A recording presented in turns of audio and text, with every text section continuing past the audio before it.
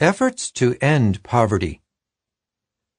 The rich have already put an end to poverty, for themselves. But efforts to relieve all mankind of poverty have always failed. Why? Because the rich generally do not want anyone or anything to spoil their privilege.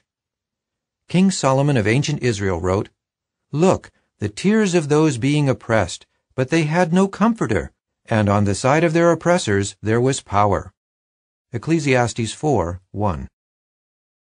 Can people with influence and power change society to eliminate world poverty?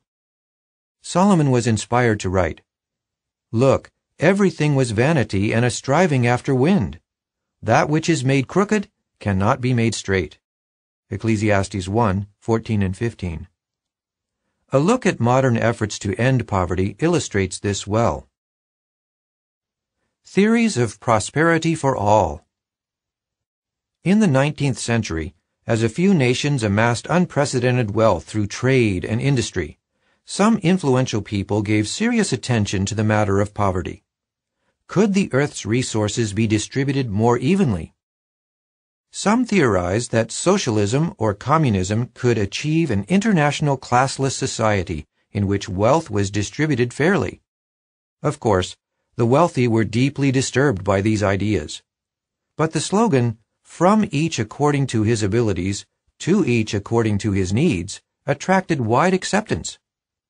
Many hoped that all nations would adopt socialism so that the world could become a utopia. A few wealthy nations adopted aspects of socialism and established welfare states that promised to care for all citizens from the cradle to the grave. They claimed to have eliminated life-threatening poverty among their people. Socialism, however, never achieved its goal of an unselfish society. The objective that citizens would work for the benefit of the community rather than for themselves proved elusive. Some resented having to provide for the poor, noting that the generous provisions for the poor made some among them disinclined to work. The Bible's words have proved true. "There is no man righteous in the earth that keeps doing good and does not sin." The true God made mankind upright, but they themselves have sought out many plans. Ecclesiastes 7:20 and 29. Another hope was called the American Dream, the dream of a place where anyone willing to work hard could become prosperous. Around the world, many nations adopted the policies, democracy, free enterprise, and free trade, that seemed to have made the United States rich. But not all nations could replicate the American dream because North American wealth did not result merely from its political system. Its immense natural resources and easy access to international trade routes were important factors. In addition, the competitive world economic system produces not only winners who prosper, but also losers who suffer. Could the nations that are prosperous be encouraged to help those that are still poor? The Marshall Plan, a way to end poverty? After World War II, Europe was devastated, and many of its people felt threatened by starvation. The U.S. government was concerned about the popularity of socialism in Europe. So for 4 years, it gave vast sums of money to restore industry and agriculture in those countries that would accept U.S. policies. This European recovery program, known as the Marshall Plan, was considered a success. In Western Europe, U.S. influence increased, and life-threatening poverty became rare. Was this the way to end global poverty? The Marshall Plan's success led the U.S. government to offer aid to poor countries worldwide, helping them to develop agriculture, healthcare, education, and transport. The motive, freely admitted by the United States, is self-interest. Other countries also tried to extend their influence by offering foreign aid. 60 years later, after spending many times the amount spent on the Marshall Plan, the results were disappointing. True, some previously poor nations achieved spectacular wealth, especially in East Asia. Elsewhere, however, even though aid resulted in fewer children dying and more of them receiving education, many nations were still extremely poor. Foreign aid. Why disappointing? Helping poor nations to get out of poverty proved to be more difficult than helping wealthy nations to recover from war. Europe already had industry, trade, and transport. The economy just needed repairing. In poor countries, even when foreign aid provided roads, schools, and clinics, people still suffered extreme poverty because those countries lacked business, natural resources, and access to trade routes.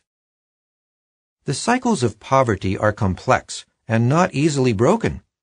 For example, disease causes poverty, and poverty causes disease. Malnourished children can be so weakened physically and mentally that when they grow up, they cannot care for their own children. Also, when rich countries dump surplus food on poor countries as aid, local farmers and retailers go out of business, leading to more poverty. Sending money to the governments of poor countries may start another cycle. Aid is easy to steal, so it can lead to corruption, and corruption, in turn, can lead to more poverty. Basically, foreign aid fails because it does not tackle the fundamental cause of poverty. The cause of poverty.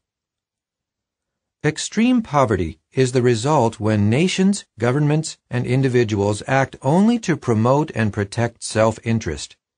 For example, governments of wealthy countries give low priority to ending world poverty because they are democratically elected and must cater to their voters. Thus, they prohibit farmers in poor countries from selling their produce in rich countries in order to prevent farmers in rich countries from losing business. Also, rulers of rich countries heavily subsidize their farmers to help them outsell farmers in poor countries. Clearly, the cause of poverty, the tendency of people and governments to protect their own interests, is man-made.